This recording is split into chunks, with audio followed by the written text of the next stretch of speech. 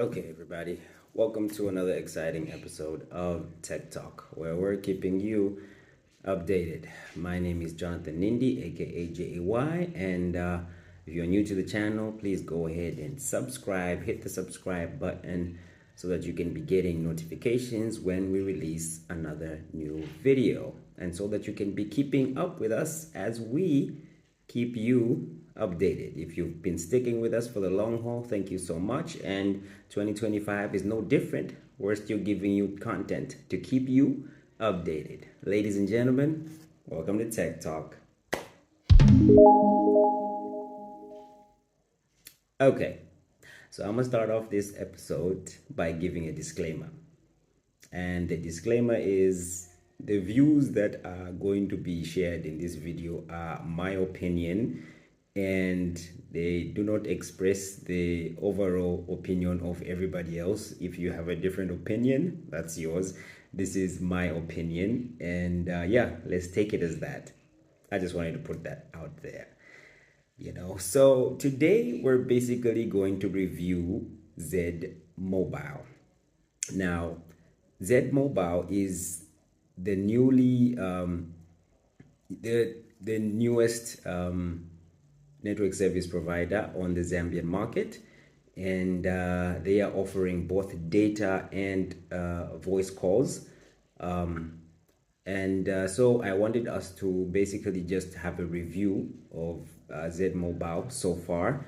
Now, before we get to the nitty gritties, let's do a bit of a history lesson.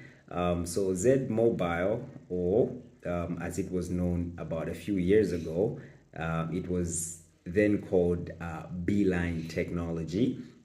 And about 4 years ago, when this topic was floated onto the Zambian scene, that government was looking for a fourth mobile service provider, the one that came up to the fold was a company called Beeline Technology. Now, Beeline Technologies is a multinational technology company, and they operate in other separate countries of Africa.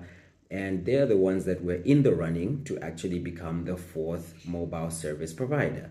Unfortunately, somewhere along the way, they fell off.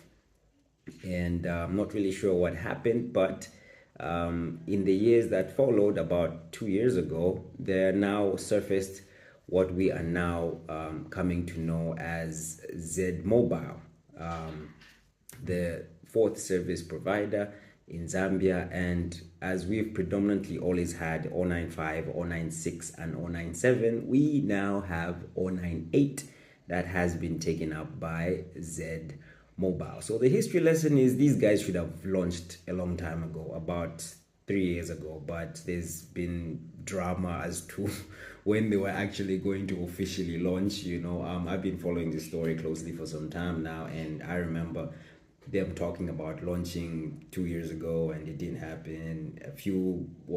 9 months later, it still wasn't happening. I actually gave up hope. I said this thing is even going to take off. But lo and behold, last year in August, it took off, and here we are with Z Mobile as our fourth mobile service provider.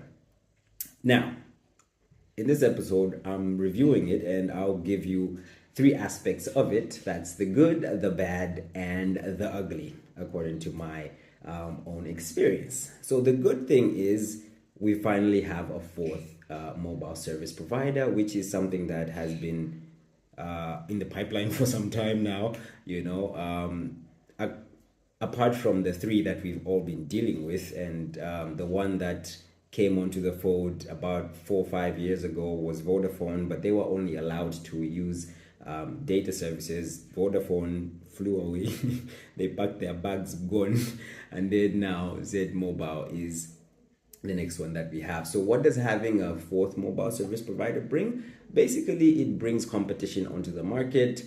You now have another option for you to able to get data services as well as voice calls. In this case, Z Mobile was given both those, unlike others that were only given to operate one of those. Z Mobile was given the liberty to operate as a full mobile service provider, offering voice as well as data services. So the good thing is you have competition. The person that comes in obviously has better, they would want to offer better packages at a cheaper price because they want to woo customers and things like that. So it offers more options for us, the customers, because then all these providers are jostling to try and get our attention. Hence, there's a reduction in bundles as well as more friendly rates in terms of calling. So that's the good. The bad is, well, they decided to launch at a very bad period, I can say, because right now we're experiencing extended hours of load shedding. And so what's been happening as well is it's been affecting the service providers, because these towers that they operate to provide the services that they do are also experiencing load shedding. And so what's happening is they're having to also grapple with, having these towers having to go certain periods of time without actually having power to operate and, disseminate these signals that they're supposed to be, shooting every now and then to give us the mobile, the voice services as well as the data services. So somewhat the service providers have really been struggling to also come to terms with this load shedding that's affecting every aspect of the economy. So wrong timing for them to launch, because the towers and everything else was being affected by the load shedding. And so I don't think they got the jump that they would have wanted, but hey, that's sort of what happened with the timing. So that's a bit of the bad. The ugly is that their service is location based. Their service is very much location based. So owing to the fact that they only just launched not so long ago, they are not in every location. If I can talk particularly for Lusaka, there are certain areas where it's non-existent, like you can't even have it. And then there are places where the signal is really weak and you won't get the speeds that you are promised or they would want you to get.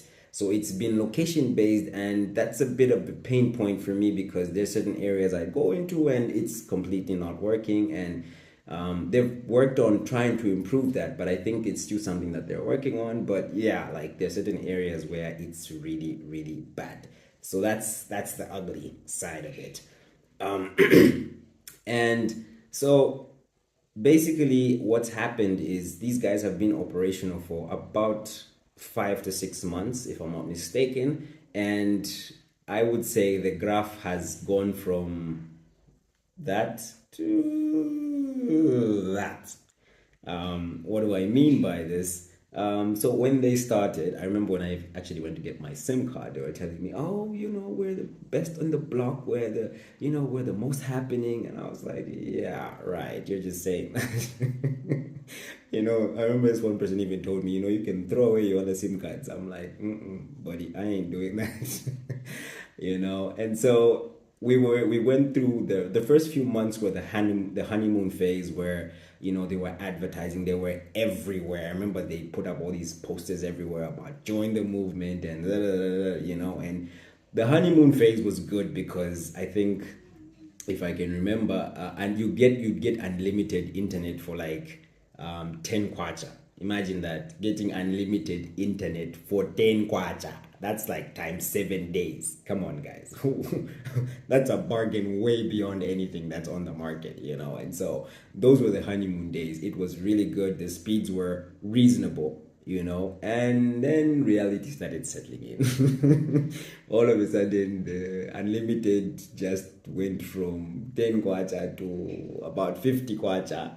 And 100 kwacha for a week. And then just like, oh, okay, so it really hit the trenches now. And so the price has normalized to what you would term as cost reflective. I think the beginning stages obviously are just trying to woo customers, but then somewhere down the way you now have to really think about making business profit, and you can't really make that money off those small amounts that you're offering. And so price is up. The service is still a bit erratic, if I can say that, as of today, or should I say as of this period. It's still quite erratic. They're still having to move a few things here and there, and I don't know, they're still trying to improve this thing. And they're also trying to expand in other areas. They've been talking about expanding into Copper Belt, of which I think they have by now. They have made landfall in Copper Belt, and they're trying to expand elsewhere. What's the verdict? What's my rating?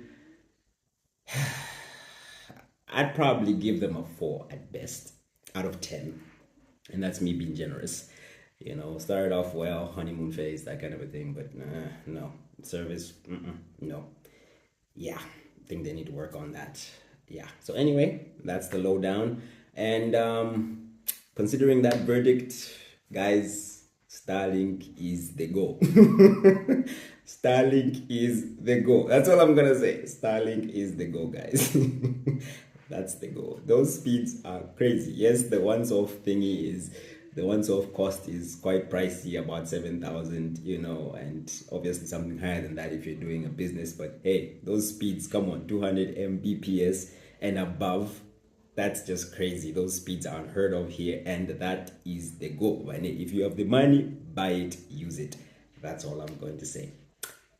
So that's it for today, and that's my review of Z Mobile. Tell me what you think of the service so far in Zambia. What's your experience? Yeah, drop it in the comment section and let's get talking. Otherwise, that's it for today. If you haven't done so already, hit the subscribe button so we can be giving you more videos, and I'll see you later.